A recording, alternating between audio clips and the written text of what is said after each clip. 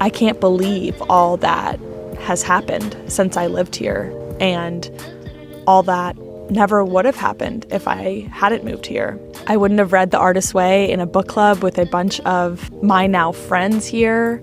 I wouldn't have built up my relationship with my older sister. I wouldn't have my oversharing series, which so many of you have reconnected with me through, or just more deeply connected with me through. I wouldn't have discovered my love of paddleboarding. I wouldn't have met a handful of really compelling people in my life. And I wouldn't have seen so many of my long-distance friends, since this gave so many of them a reason to visit me and stay with me for a few days of really good quality time. Like, a huge driving force in this experience being so positive for me is that it's a dream actualized. Like, it's me making good on a promise I made to myself 5 years ago that I wanted to live here. And following through on that just feels like justice for my inner self and what I want in this lifetime.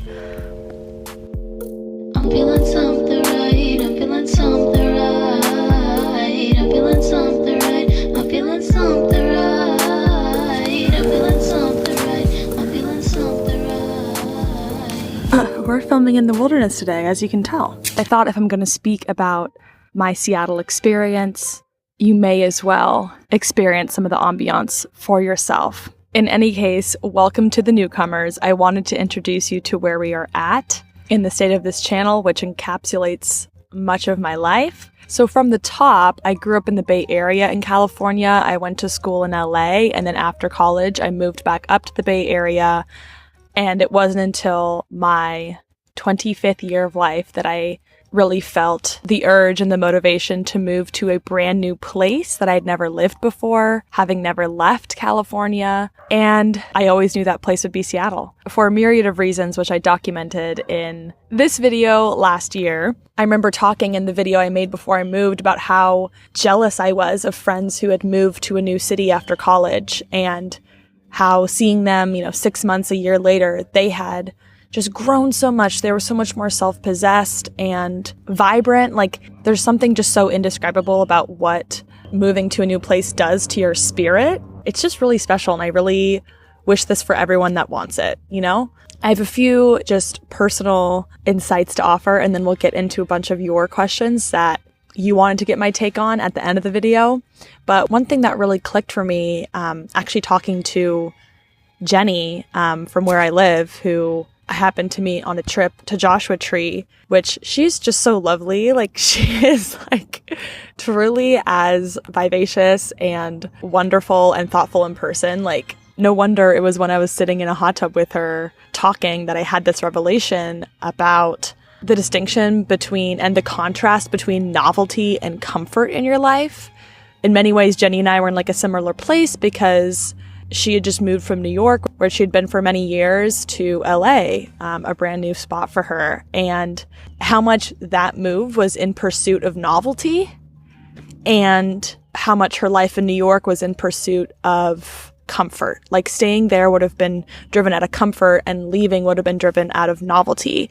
And I feel the exact same way. Like, I love novelty, and I think I had run out of that, or it was starting to expire. I had done my best by moving around to LA and then San Francisco to sort of inspire some of that newness, freshness, novelty, but I'd sort of lost it. And comfort is a really, really solid, soft feeling, but novelty is like a little scratchy and sparkly and bright.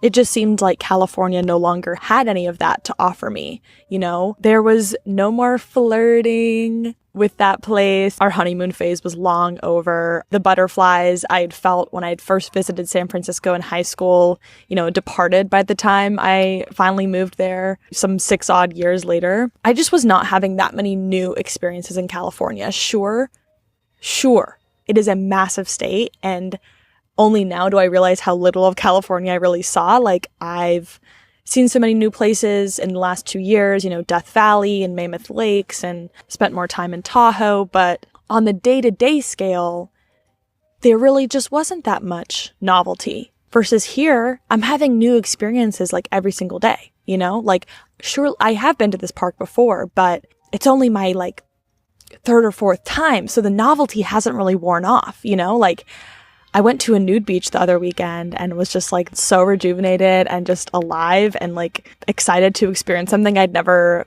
you know, touched in my life. And while I was like so happy to be feeling those emotions, there was something in the back of my mind also wondering like, when is this gonna slow down? Like, after how many visits to this park or that beach am I gonna feel like the magnetism has sort of like rubbed off or lost its pull? I remember remarking in a city like LA how many new experiences were possible to have every week because it's just such a massive landscape.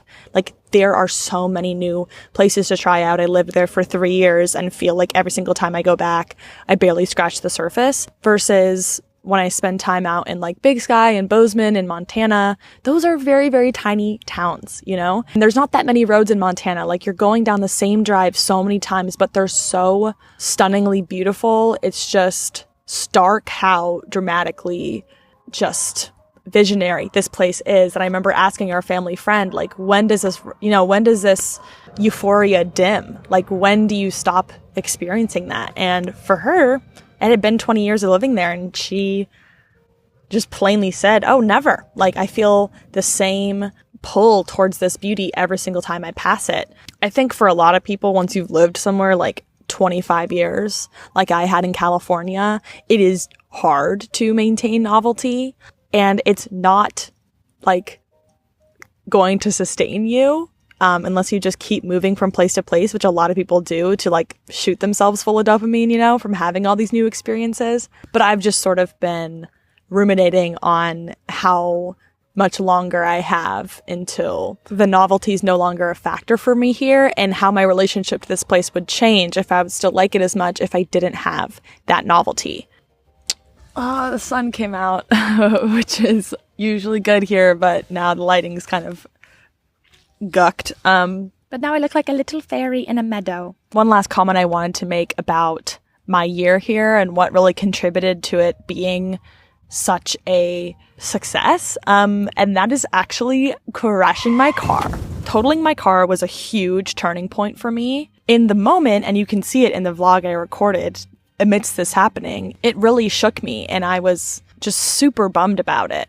But it's one of the best things I never asked for. Somebody else had asked, you know, what's something that's happened on this journey that you didn't expect? And it's that. Like, I wasn't planning on it, but that swift collision catapulted me into a state where I really had to integrate myself into my community. Like, thankfully, I'd chosen a really walkable neighborhood where I can run 80% of my errands in a 5 to 7 minute walk, which we know is so good for us. Like, walking is immensely healthy, and I view it really as like a connective tissue to really ground me in my life and where I'm at. I can't tell you how many different workshops and events and things I've gone to because of post-ups and street signs on telephone poles that, you know, I wouldn't see in LA or the Bay Area, maybe because they weren't there or maybe just because I was driving a lot of the time. So if I can make one recommendation before we get into more of the direct responses to you all, it really is to hide your car keys from yourself and spend a week where you have to bike and walk and take the bus to wherever you need to go, because I really don't want a car now. It's made me feel so settled here. Moving into your questions, the first one being, what do I like and what do I dislike about living here?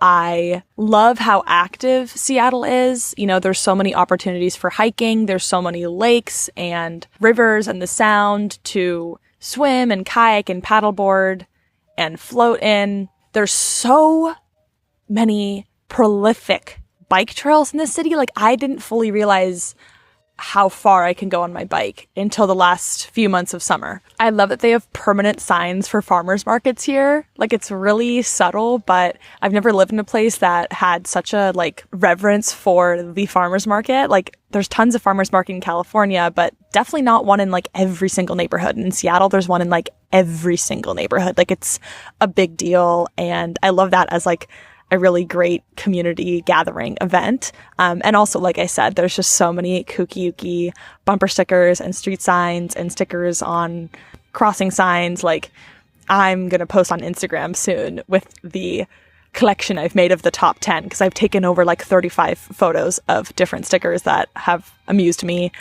different posters and street art that really delivers the sense of personality that I feel Seattle has.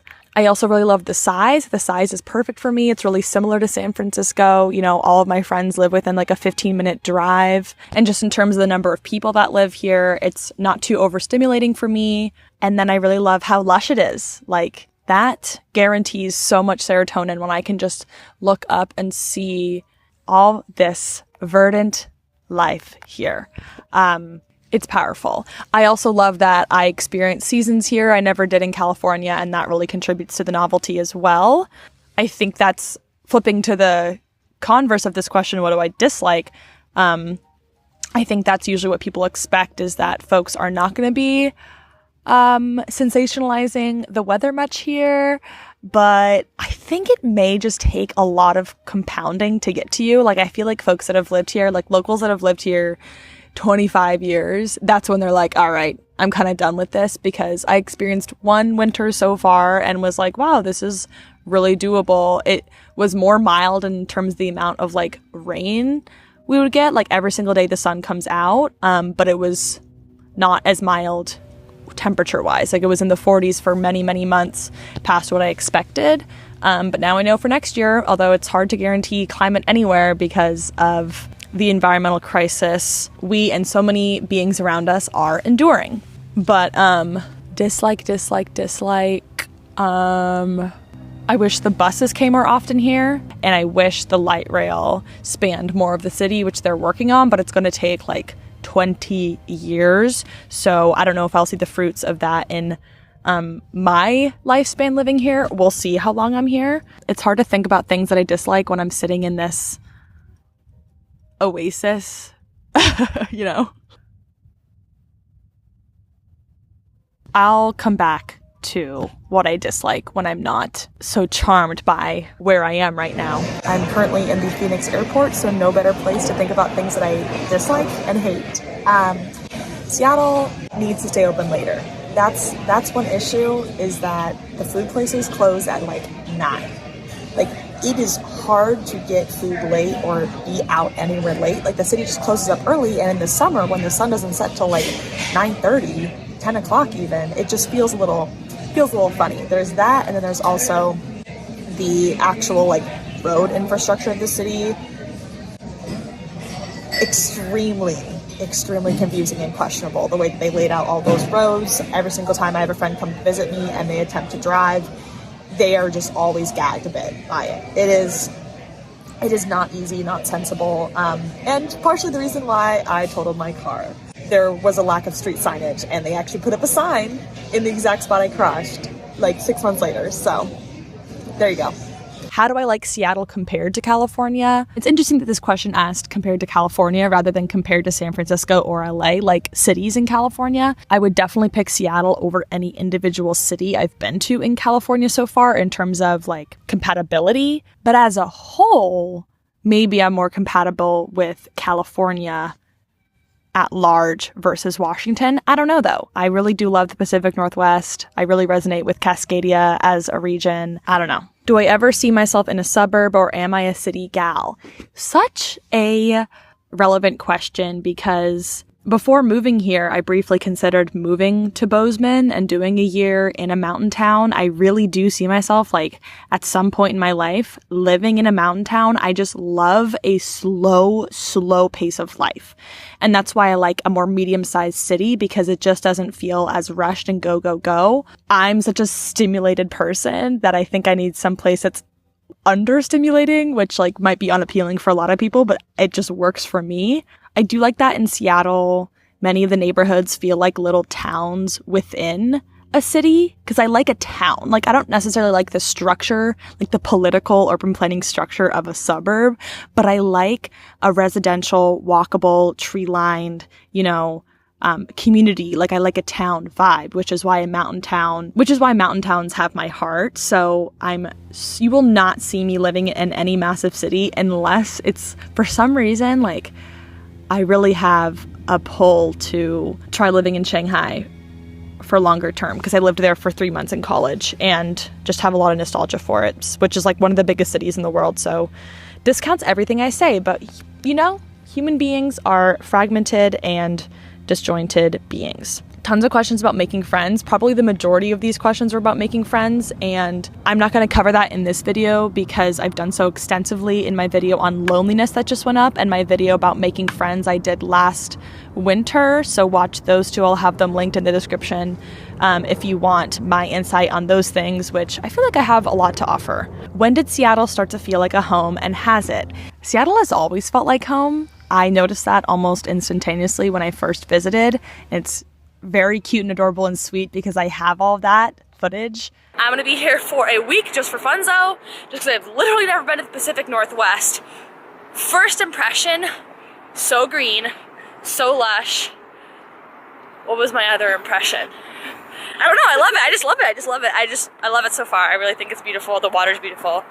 Even though it's overcast, like, I'm with it so far, so. I also have more things to report about why I love Seattle. Number one, extremely walkable. I've walked so many places, if not have taken the public transport.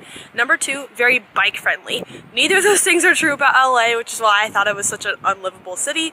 And number three, the weather today is so nice, literally like 71 degrees, blue sky. If this were the weather all the time, I would move here in a heartbeat, like no questions asked. So I'll also link that down below if you want to watch my initial, I think it was like, I don't know, 5-day visit to Seattle, where I just was so charmed and swept off my feet by this place. But I don't know if it feels like home because it feels similar to the Bay Area, or if it just feels like home for some other like ineffable reason. But there's only a few places in the world that have felt like that. So that was also a reason I wanted to move here, because I knew there would be mountains to move to like build a life here, but that one challenge I'd not have to overcome is just my actual like attraction and sort of like sense of safety in this place. How to cope when nothing feels familiar and it's overwhelming. Yeah, so if that's what you're feeling, I would just go to the same place over and over. Like, it is really that simple. I think going to the gym was my catalyst in that, because suddenly I had this place I needed to walk to 1, 2, 3, 4, 5 times a week, and it was the same walk every single time. You know, I'd see similar people there, same front desk people, and it just gave me this little ritual that before I even knew it felt second nature to me, and that's really powerful. So if you can find any place to fit into the routine of your life, like maybe it's a coffee shop, maybe it's a park you take your dog to. The novelty can be overwhelming when you move to a place, like it's almost too overpowering. So splice that up by having some places that I almost felt guilty having places I went to over and over again when I first visited, because I really wanted to get a sample of like everything in my neighborhood. But eventually there will be places you go to over and over again, and the sooner you can, you know, kick that process off, I think the sooner you'll feel like more in the zone. I think I will end there because I have a music festival to get to, which is why I'm wearing this. It is functional, not nostalgic. But if you've moved to a new city at any point in your life, I would love to get your response down below to the move, any of your insights from it. And then if you live in Seattle, I would love to know your takeaways from living in this city. And with that, thank you all for watching. I will see you all next time, and Katherout. That even when you're bored, I'd buy you